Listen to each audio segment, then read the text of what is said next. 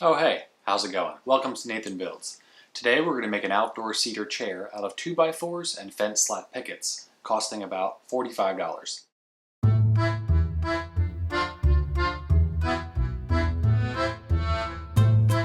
As you can see on my drawings, the chair is made up of essentially 7 different pieces cut from cedar 2x4s and fence slats.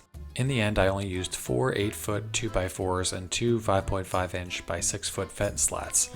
The wood was rough cut, so I had to clean it up a bit. I started by removing the staples so that I wouldn't wreck my planer. Then I planed everything down just enough to get a good clean surface, and I moved over to the miter saw to cut the leg pieces down to length. My approach for this build was to primarily work from the drawing, which I'll link below in the description, but also to kind of play it by ear, particularly for the angles, which can be a little bit difficult and different in real life relative to what you have in the drawing.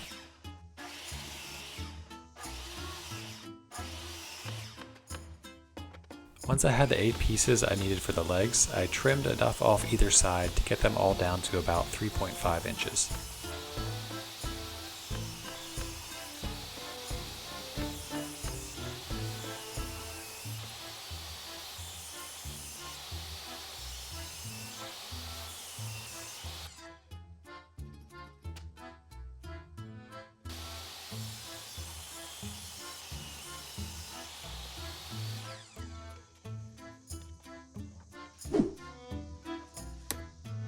Next I assembled the legs. For most of the joints in this build I used pocket holes. I have this Craig jig which was really cheap and works really well. For the legs I will drill pocket holes on the bottom of the top and bottom pieces. That way you're not going to see them once it's put together.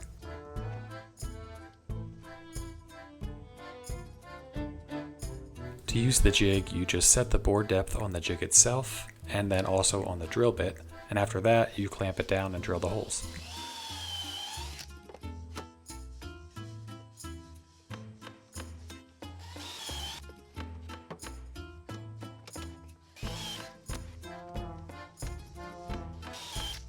I like to use a piece of wood or a work surface to clamp the board to so that I can hold the freestanding board in place.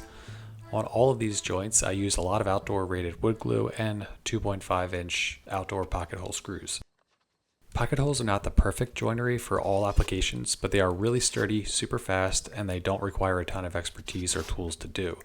It's a really great way of making a project for someone who's just starting out, or if you want to whip something out pretty fast. For example, this whole chair I think took me about 5 or 6 hours.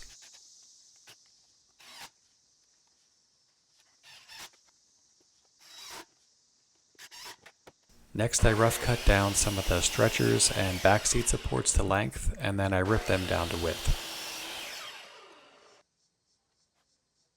You could definitely be more efficient in this build if you were confident that you could cut everything precisely with no variation to your drawing. However, I find that if I do that, I always end up with something that doesn't quite fit, and then in the end, it just makes sense to kind of cut as I go. Okay, moving on to some of the interesting angles. The way I decided to do this was lay everything out on the ground and mark out some of the key intersection points as you see here. Then I could use these points to measure the real life dimensions and angles, and that's what you're seeing me do here.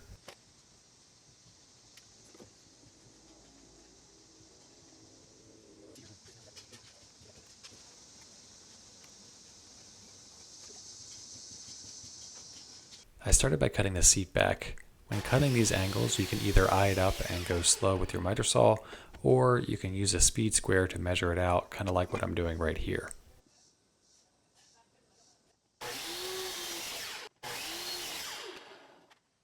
Once I had the first seat and back support pieces how I wanted them, I ripped the rest of the boards down, traced the correct angles from the template piece, and then cut them down on the miter saw.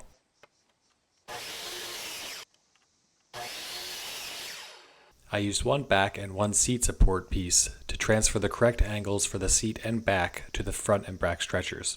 Then I set my table saw and cut those miters.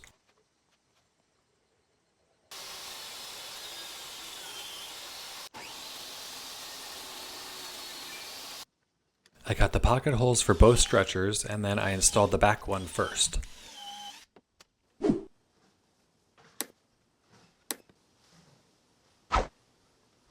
Then Then I worked my way to the front stretcher, installing the back and seat supports first. I attached the side backboard to the leg piece with stainless steel screws, in addition to the pocket holes and glue. Everything else was attached with only pocket holes and glue.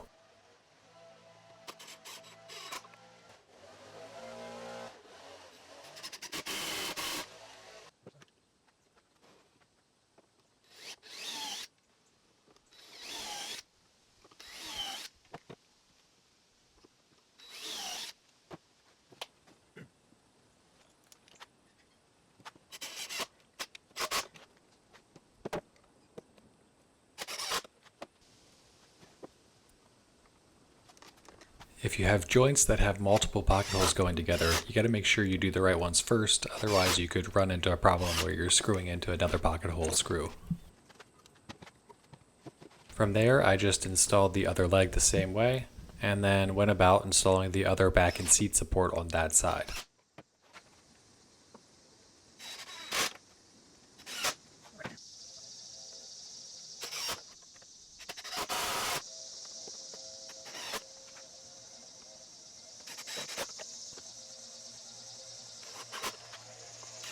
I wasn't 100% sure how sturdy the hanging design was going to be, so I'll be honest, I was really pleased when I tested it out, and it actually worked pretty well, even with just 2 stretchers. So I was fairly confident it would work with the third one installed. To join the last seat and back piece, I wanted to make sure that they would be consistent with the side supports, so I just laid them on top, and then once that was done, I found center on the stretchers and screwed it in.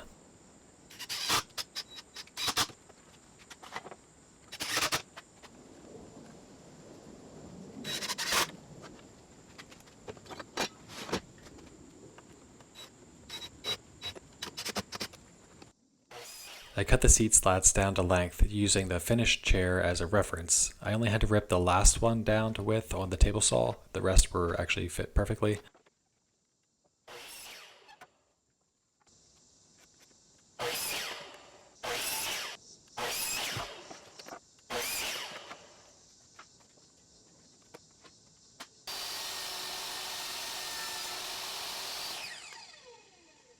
Then I used glue and stainless steel screws to attach the slats. I kept a 1/2 inch spacing between them so that water wouldn't sit on the table, and I just used one of the extra seat slats to make sure that was a consistent measurement between each board.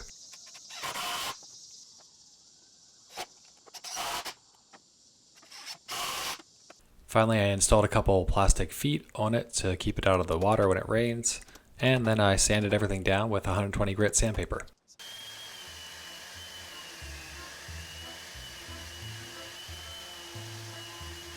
I think this turned out great, especially when you consider that it was made with $45 worth of wood. Also, the hanging seat design and the clean lines give it a really nice modern look. Can't wait to see what it looks like after it patinas a little bit and grays out. I might finish it at that point, but I think I'll probably just let it go. The only thing I'm not crazy about are the stainless steel screws I used for the seat. I probably would use brad nails or just glue and clamp next time for a bit of a cleaner look.